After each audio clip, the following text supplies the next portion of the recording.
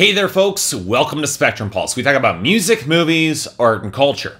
And today we're going to be talking about the new album from Magic, the debut album titled Don't Kill the Magic. So if you took a look at the charts right now, you'd find that they look wildly different than they did a good 4 months ago. And really that's a good thing because the beginning of 2014 became played out for me in record time, to the point where I'm honestly kind of dreading making my year-end hit songs list and underrating songs because of overexposure. But you know what, putting all that aside, at long last, the summer has arrived with a collection of brand new songs, most of which are by artists of which I've never really heard of before, which for me is exceptionally unnerving because I criticize pop music, and I thought I had a pretty good handle on what was becoming popular in the mainstream right about now. But for acts like Nico and Winz, Rixton, MKTO, and Congos to effectively come out of nowhere, it's more than a little bit unnerving for me. It's a troubling sign when I felt relieved that I knew who Sam Smith was thanks to his success in the UK. A little bit less of a relief when I listened through his album and it was an underwritten bore and couldn't come up with anything noteworthy to say about it. But you know what? Knowing is half the battle here. So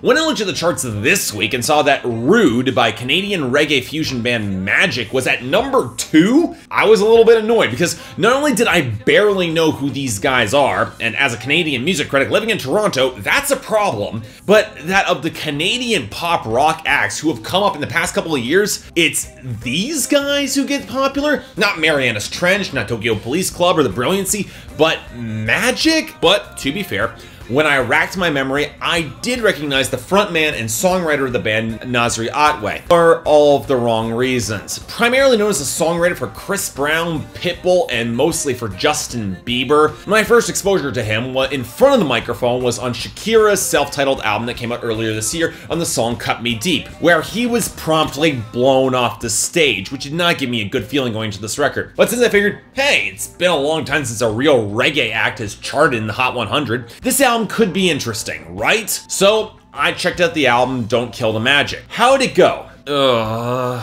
I really want to like this album more than I do because there are elements on this record that could have worked, and they could have worked a hell of a lot better than they really do. As it is, Don't Kill the Magic by Magic is a frustratingly mediocre and really doesn't coalesce into much beyond just a pop record that just found more and more ways to irritate me every time I listen through it. And while I do know it's a debut album, and bands, they always take a little bit of time to get going, Magic is trying to imitate a very specific formula from the past, and they're not doing it well, I'm sorry. So okay, let's get that comparison right out of the way, because otherwise it's just gonna overshadow this review completely. Magic have gone on record saying that they want to sound like a modern day version of The Police, arguably one of the most important musical acts of the late 70s and the early 80s, in their fusion of rock, new wave, post-punk, and reggae. And I can definitely see why. The Police are awesome, and Bruno Mars went for the same thing on Locked Out of Heaven. It turned out to one of his better songs. And you know what? There are points where Magic actually gets pretty close to that. The percussion and drum work is easily the highlight of this album for me, as it's got a lot of texture and real energy, and helps that the mix balance gives those drums a lot of explosive presence on the mix. And when this album actually bothers to kick the guitars higher up in the mix, the guitar melodies, they're not bad either. Like on the song Little Girl Big World, had some propulsive momentum, I like that. But for the most part, the production completely neuters the energy and force of this album,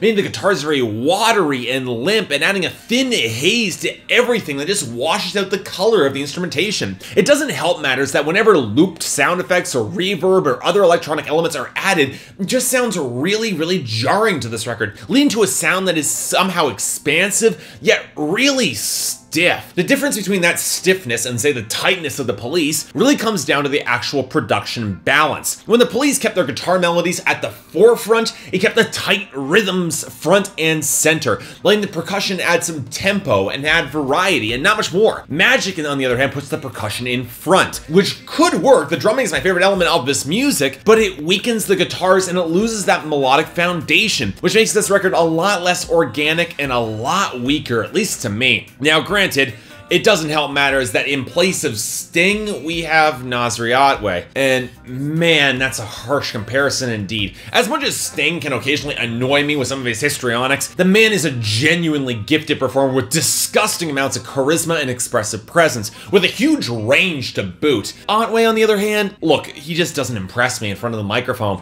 His delivery toes the line between very earnest and yet languidly relaxed. And you know what? He's not a bad singer, and his vocal production is actually pretty decent, but it's a style delivery on this album that very quickly grated on my nerves. I don't know if it's a lack of charisma or his choices to overplay or underplay certain songs in his delivery, but more often than not, he just comes across as extremely weak and honestly like a little bit of a pose, especially on the more reggae-inspired tracks. Now, this could all be excused if the songwriting held up, and look, here's where we run into real issues and I start getting really exasperated. You know, I'll just say it. I think Rude is one of the worst hit songs of this year. A completely charmless song that just reeks of smarminess. As Otway goes in to ask the father of this girl and for her hand in marriage, the father justifiably says no, and Otway spends his chorus just whining about the father's rudeness, and he says, saying screw it, and he's gonna marry the girl anyway. It's self-obsessed, it's petulant, and it reminds me way too much of Santeria by Sublime,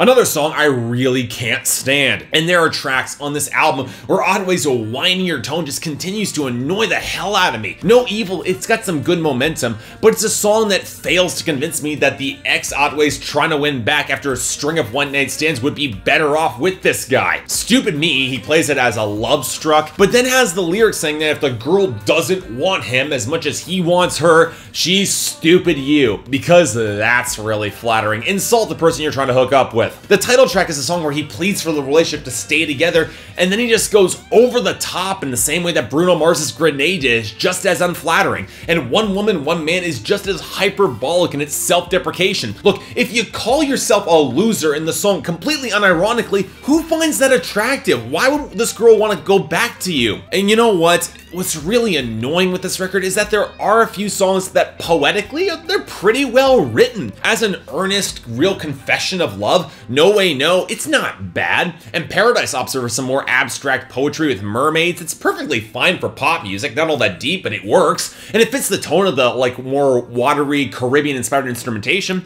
And hell, even though it is pretty damn shallow, How Do You Want to Be Remembered, it's not a bad song. It kind of works. But you know what? In the end, I'm left asking the question, who is this music for? It's too neutered and weak to really rock. It's too watery and lacking in flavor compared to solid reggae. And yet, with its sound, I can only see it as becoming a novelty act on pop radio. Lyrically, the band is inconsistent at best. I'm just not impressed by Otway as a frontman. And while the instrumentation does have some real flavor, it also sounds like every single element that could have made this band stand out more behind the microphones was just washed out and watered down. And the lack of a solid melodic focus really means it's a really forgettable album, at least for me. So yeah, I'm giving it a 4 out of 10. I can't recommend it, I'm sorry. Right now, there's more interesting pop rock cropping up on mainstream radio. Don't bother with this.